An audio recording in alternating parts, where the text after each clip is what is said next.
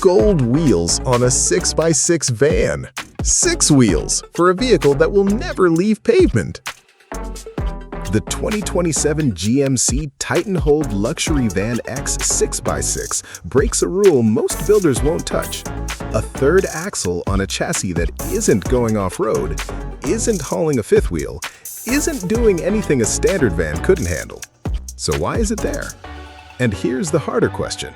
My take depends entirely on what you actually need this thing to do. Is this a mobile boardroom, an airport shuttle for people who fly private, or a solution looking for a problem? We'll walk the exterior, break down the interior, and get to the one engineering call that either justifies everything or doesn't. Step into the rear cabin, and the first thing you notice isn't the diamond-quilted captain's chairs or the star headliner. It's the second infotainment station on the side console with its own rotary controller. This isn't shuttle layout. It's closer to a Mercedes-Maybach rear compartment stretched to van scale. Captain's chairs face forward with a full console between them, and there's clearly enough legroom to fully recline. On a 4-hour transfer between city and private airport, that's the difference between arriving ready and arriving wrecked. Production executive vans force a choice between rear-facing conference and forward-facing rest. This one commits to rest. Bi-zone executive isolation. Acoustic damping in the rear cabin would create a measurable dB gap between driver and passenger compartments, while ambient light strips signal privacy status. On long transfers where the passenger needs to take a confidential call, cabin isolation is what separates a shuttle from an office. Current production vans leak conversation both directions. No acoustic barrier between rows. Miss the mark. Gold knurled control knobs on the center console. They look expensive in photos and will pick up every fingerprint within a week of ownership. Now step outside.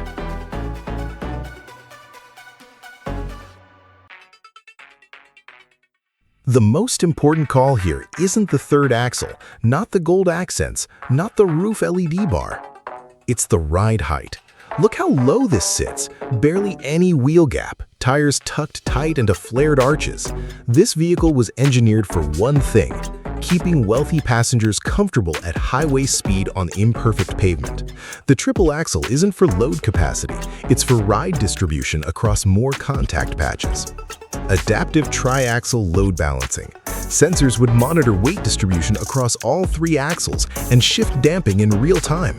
On a heavy executive van, uneven load between front and rear axles is what kills ride quality on long hauls. Current production limos can't do this. They run static air suspension calibrated for one weight profile. Which brings us inside.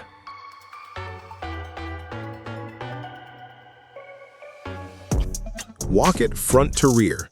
Vertical LED headlights flank a chrome slat grille. Lower bumper carries a full-width LED strip and hexagonal cooling intakes. Flared arches wrap forged multi-spoke gold wheels on low-profile tires. Pavement only. Roof-mounted LED bar reads presence over utility. A gold pinstripe holds the 6x6 wheelbase visually together. Rear closes with a full-width light bar and gold diffuser. Shell reads as one design, nothing bolted on. Estimated powertrain: 6.6-liter V8 turbo diesel, 445 horsepower, 910 pound-feet of torque, 10-speed automatic, full-time AWD across all 3 axles. Real operating conditions: highway between airports, hotels, estates. Predictive route damping. The suspension would preload road quality data from GPS mapping before the wheel arrives, adjusting damping ahead of every pothole. On a vehicle carrying executives who paid 7 figures for the ride, reactive damping is too slow. Rolls-Royce Ghost uses forward-looking cameras. This concept goes further with cloud-shared route data that improves every trip. Compare it to a Mercedes-Benz Sprinter executive conversion. Same buyer, same use case, half the ride refinement. Which brings us to the verdict.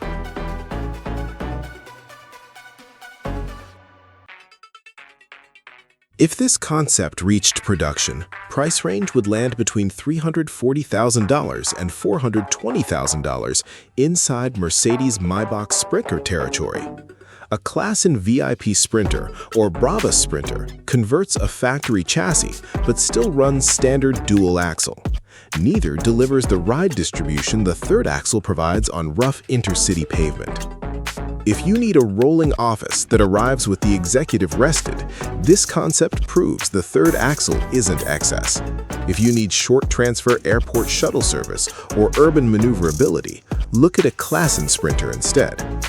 What earns this concept its credibility isn't the wheel size or the leather, it's ride distribution engineered into the chassis before the interior was styled. Those gold wheels on a 6x6 pavement van? They weren't the flex, they were the tell. The designer knew the third axle would carry the story, so the wheels had to be seen. Question for the executive drivers watching. Would you take this over a Mercedes-Maybach Sprinter for a 300-mile intercity transfer? Next up on the channel, the GMC Savannah Thundercrest 6x6, a different answer to the same six-wheel question.